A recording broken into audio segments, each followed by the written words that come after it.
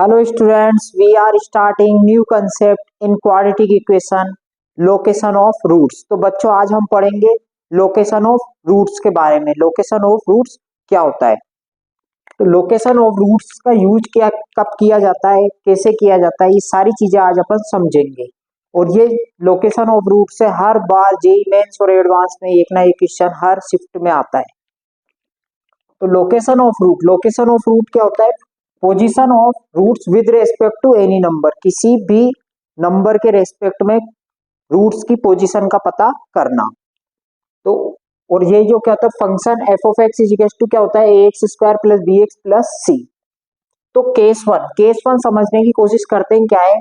If both roots are greater than any number के, मतलब जो दोनों रूट्स हैं किसी भी इक्वेशन के, क्वाड्रेटिक इक्वेशन के, वो क्या है? के से क्या है? बड़े हैं। और के से जब दोनों रूट्स क्या होते हैं? बड़े हो सकते हैं। तो जो बड़े होते हैं तो कंडीशन दो हो सकती है कि अपवर्ड पैराबोला बन सकता है और डाउनवर्ड पैराबोला बन सकता है। तो इसको सोल्व कैसे किया जाता है? तो इसके लिए कंडीशन होती है, क्या कंडीशन होती है कि डी की जो वैल्यू होती है वो ग्रेटर देन और इक्वल टू 0 के होनी चाहिए। जैसा कि अपन जानते हैं डी क्या होता है? अपना डिस्क्रिमिनेंट होता है बी स्क्वायर माइनस 4ac। तो इसकी जो वैल्यू होगी वो क्या होगी? बड़ी होगी किससे? 0 से, और इक्वल हो सकती है 0 के। और सेकंड कंडीशन, ये वैल्यू देखी देखी नजर आ रही है, ये vertex V X is equals to पता है अपन को, क्या पता है? Minus B upon 2a। मतलब वर्टेक्स का एक्स कोऑर्डिनेट की जो वैल्यू होगी वो बड़ी होगी किससे? के से बड़ी होगी, के से बड़ी होगी। और थर्ड कंडीशन क्या है? ए तो पता है इक्वेशन में गिवन होता है। ये जो कंडीशन है यहाँ पे ए है, किसी भी क्वाड्रेटिक इक्वेशन होगी तो उसमें ए अपन को पता होगा।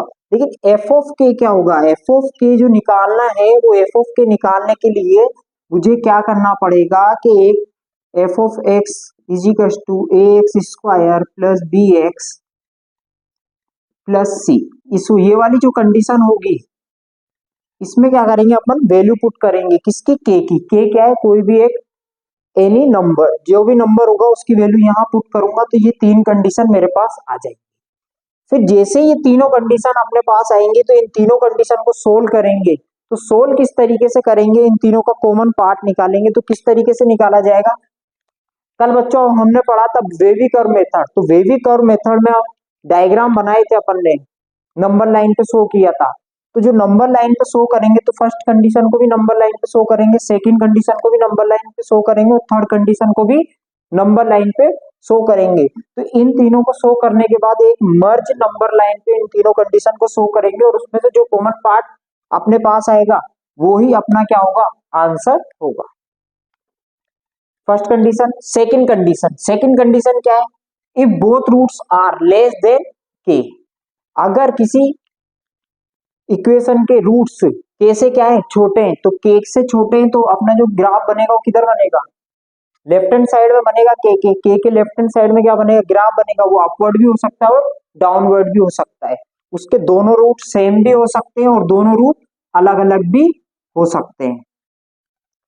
तो कंडीशन यहाँ पे भी बिल्कुल इसी की तरह बिल्कुल सेम रहेगी, लेकिन कुछ थोड़ा सा चेंजेस होगा। क्या चेंजेस होगा? ये वैल्यू तो सेम कंडीशन है फर्स्ट वाली, तो डी की वैल्यू क्या होनी चाहिए? ग्रेटर देन 0 होनी चाहिए और इक्वल टू 0 होनी चाहिए।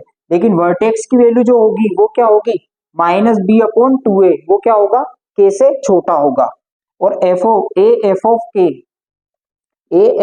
के की वैल्यू फाइंड करना अभी मैंने सिखाया। यहाँ से इस इक्वेशन में के की वैल्यू पुट करेंगे, यहाँ से अपने पास कुछ वैल्यू आएंगी तो उसको नंबर लाइन पे प्लॉट किया जाएगा। तीनों कंडीशन को नंबर लाइन पे प्लॉट करेंगे। नंबर लाइन पे प्लॉट करने के बाद जो कॉमन पार्ट होगा वही अपना क्या होगा? आंसर होगा। बात समझ में आई? Third condition, very very important condition, क्योंकि जेई में जो कंडीशन पूछी जाती है उसमें एक ही कंडीशन अप्लाई हो तो ज्यादा बेटर होता है, क्योंकि इसमें तीन कंडीशन लेंदी क्वेश्चन ज्यादा हो जाता है। तो if exactly one root lies between the k1 and k2, तो यहाँ पे क्या है कि जो इक्वेशन का एक रूट है वो कम से कम k1 और k2 के बीच में, मतलब दो नंबर्स के बीच में लाई करेगा। तो वो आपको नजर भी आ रहा होगा एक रूट, ये देखिए यहाँ पे भी नजर आ रहा है और इसमें भी नजर आ रहा है। ऐसे ही अपवर्ड में भी और डाउनवर्ड दोनों डायग्राम में ये नजर आ रहा है अपन को। तो ऐसी जब कोई कंडीशन बनती है तो दोनों की वैल्यू k1 और k2 की वैल्यू इस इक्वेशन में पुट करते हैं। इक्वेशन में पुट करने के बाद अपने पास क्या आता है, दोनों की वैल्यू आती है, उस दोनों की वैल्यू को अपन एक नंबर लाइन पे प्लॉट करते हैं, नंबर लाइन पे प्लॉट करने के बाद जो कॉमन पार्ट आता है वही अपना क्या होता है, आंसर होता है। तो अब प्लॉट कैसे किया जाता है ये समझेंगे अपन क्वेश्चन से। तो क्वेश्चन सोल्व करेंगे, इसका लोकेशन ऑफ रूट का बहुत ही इंपॉर्टेंट पार्ट है। एक चीज और मैं बता देता हूँ इसमें कि पहचानोगे कैसे कि लोकेशन ऑफ रूट का क्वेश्चन है। तो जो इक्वेशन अपन को ऐसे नजर आती है A X square plus B X plus C, वहां पर इक्वेशन जो नजर आएगी वो ऐसे नजर आएगी M plus one X square plus M X plus one minus M is equal to zero. इस टाइप से कोई इक्वेशन रहती है। तो इस टाइप के अगर कोई भी यहाँ पे एम की जगह और भी कोई कांस्टेंट टर्म आ सकती है, सी भी आ सकता है, बी भी आ सकता है, तो इस तरीके से चेंजेस आते हैं उसमें, तो वो अपन चेक करेंगे क्वेश्चन के द्वारा। तो अपन करते हैं question solve, location of root पे क्वेश्चन सोल्व करते हैं।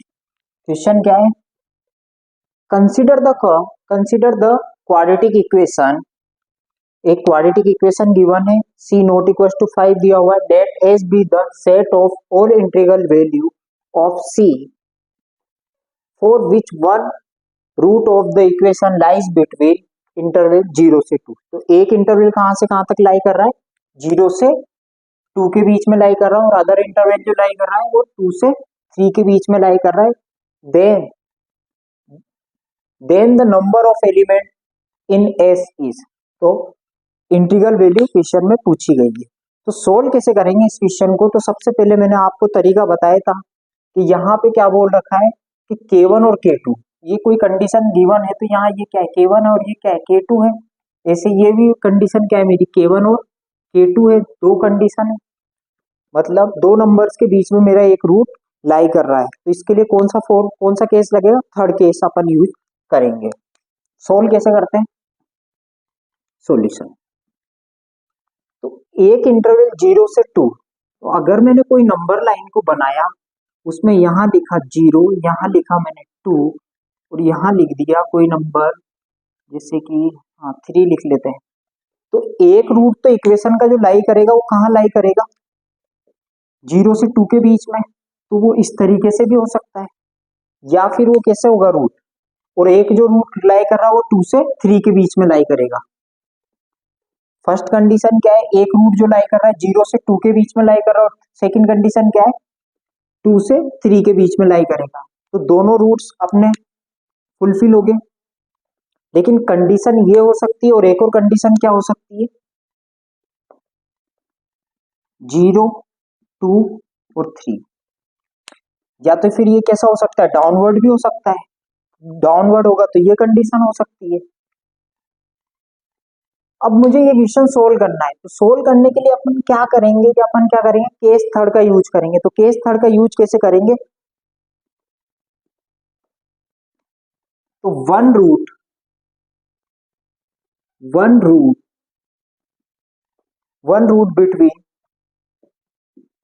बिटवीन किस किस के बीच में लाई कर रहा है, 0 है 2 के बीच में।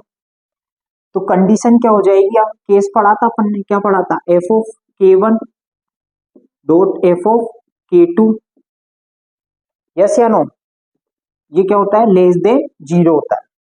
अगर ये दोनों ये लेस देन 0 होता है तो इनमें से एक वैल्यू क्या होगी, नेगेटिव होगी, और एक वैल्यू क्या होगी, पॉजिटिव होगी। क्योंकि दोनों वैल्यू अगर पॉजिटिव होती है तो वो 0 से बड़ा हो जाएगा, अगर दोनों वैल्यू नेगेटिव भी होती है तब भी वो वैल्यू क्या हो जाएगी, 0 से बड़ी होगी। तो इन दोनों में से एक वैल्यू नेगेटिव होगी, ठीक है बेटा।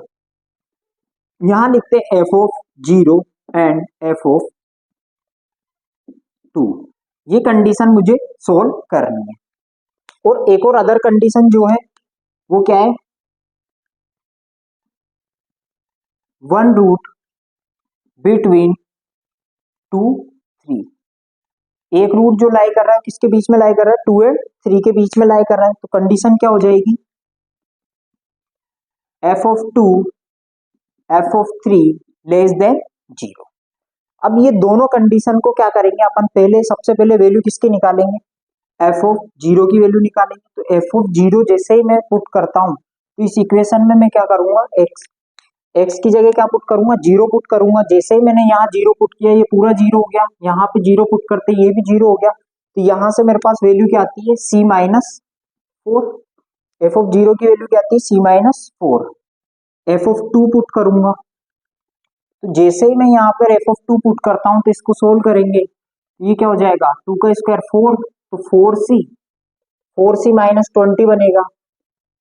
यहाँ पे जैसे मैंने इसकी वैल्यू टू पुट करी तो ये क्या बनेगा फोर सी, और फोर सी से फोर सी क्या हो जाएगा कैंसिल आउट हो जाएगा। तो इस तरीके से इसकी वैल्यू क्या मिलती है मुझे, एफ ऑफ टू की वैल्यू क्या मिलेगी सी माइनस 24 मिलेगी, सी माइनस 24 मिलेगी। एफ ऑफ थ्री की वैल्यू चेक करते हैं, तो एफ ऑफ थ्री की जैसे मैं वैल्यू, तो थ्री जैसे यहाँ मैं इक्वेशन में थ्री रखता हूं तो थ्री का स्क्वायर क्या होता है नाइन, ये नाइन सी हो जाएगा, यहाँ पे सिक्स सी हो जाएगा, सिक्स सी और टेन, सिक्स सी टेन, तो ये पूरा टेन सी हो जाएगा। टेन में से सिक्स गए तो इधर से सी में तो क्या बच रहा है ओनली फोर सी बच रहा है, फोर सी बचेगा। बाकी ये नाइन फाइव जो कितना होता है 45, 45 माइनस का 45 और माइनस का फोर, तो माइनस का 49। ये मेरे पास तीनों वैल्यू आ चुकी है। अब इन तीनों वैल्यू को अपन पुट कर देंगे, इसको इक्वेशन नंबर वन देता हूं, इसको इक्वेशन नंबर टू देता हूं। तो put the value F of zero and F of two in equation number one. जैसे ही मैं इन दोनों वैल्यू को इक्वेशन नंबर वन में पुट करता हूं तो मेरे पास जो कंडीशन आती है वो क्या कंडीशन बन जाएगी, अब इसको सोल्व कर रहे हैं इस वाली कंडीशन को, तो क्या बनने वाला है सी माइनस फोर और सी माइनस 24 लेस देन जीरो, ये केस बन गया। और ये आपको पता होगा कल ही मैंने आपको वेवी कर्व मेथड सिखाया था जहां पे ऐसी कंडीशन अपनी बनी थी, तो अपन ने क्या करा था वहां से सी की दो वैल्यू निकाली थी, तो यहाँ से सी की दो वैल्यू क्या आती है एक फोर आती है और एक और सी की वैल्यू क्या आती है मेरे पास 24 आती है। इनको मैं नंबर लाइन पे प्लॉट करूंगा, इन दोनों वैल्यू को जैसे ही मैं नंबर लाइन पे प्लॉट करता हूँ तो इधर क्या आएगा फोर आएगा और इधर क्या जाएगा 24 आएगा, ठीक है। यहाँ पर प्लस इंफिनिटी होगा और यहाँ पर माइनस इंफिनिटी होगा। तो इन दोनों वैल्यू पे जब मैं चेक करता हूँ तो कल आपको मैंने बताया भी था कि यहाँ पे जो वैल्यू आएगी वो होलो सर्कल आएगा क्योंकि यहाँ पर इक्वल टू नहीं लगा हुआ है, तो इन दोनों के बीच में यहाँ कहीं ये पे वैल्यू अपनी लाइक करेगी। सेकंड कंडीशन भी चेक करते हैं साथ में।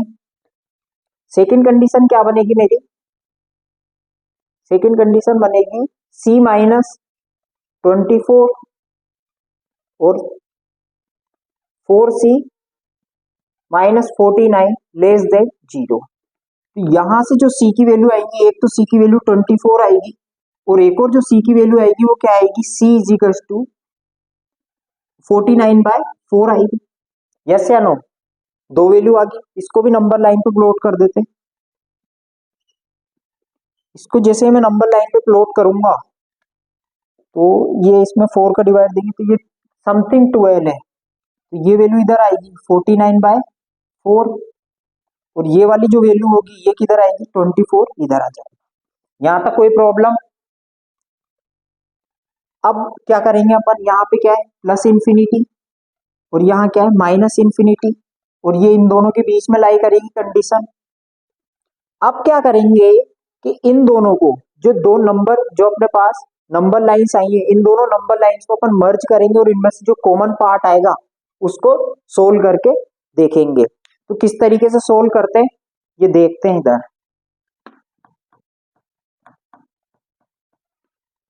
तो कॉमन पार्ट जो आया इन दोनों में से वो क्या आया मेरे पास, एक नंबर लाइन बनाएंगे। सबसे पहले क्या लिखा हुआ है 4 और ये शायद 12 था तो ये बीच में आएगा 49/4 और यहाँ पे जो टर्म आएगी वो क्या आएगी 24, यहाँ पे प्लस इंफिनिटी था यहाँ पर माइनस इंफिनिटी। तो एक जो ग्राफ मेरा वेरी कर रहा है वो तो पूरा वेरी कर रहा है फर्स्ट वाला, तो यहाँ से लेके यहाँ तक, और सेकंड वाला जो वेरी कर रहा है वो यहाँ से लेके यहाँ तक। तो इन दोनों इक्वेशन में जो मेरे पास कॉमन पार्ट आया वो कॉमन पार्ट मेरे पास क्या आया, ये पार्ट कॉमन आया। मतलब क्या कॉमन आया 49 से सी बिलोंग्स टू, सी जो बिलोंग करेगा वो कहां से कहां तक बिलोंग करेगा 49/4 से लेके 12 तक। लेकिन क्वेश्चन में ये नहीं पूछा गया था, क्वेश्चन में क्या पूछा गया था, क्या निकालना है अपन को इंटरवल वैल्यूज। इंटरवल वैल्यूज जब निकालनी है तो इसका मतलब है ये 12 पॉइंट कुछ है समथिंग, तो इसको अगर मैं 13 मान लेता हूं तो क्योंकि इंटीग्रल वैल्यूज चाहिए तो 4 और 7 कितना हो जाएगा 11। तो आंसर क्या होगा अपना 11 होगा। यहां तक बात क्लियर है, बात समझ में आई, यहां तक क्लियर है। ठीक है बच्चों, चैनल को लाइक एंड सब्सक्राइब करो। Thank you.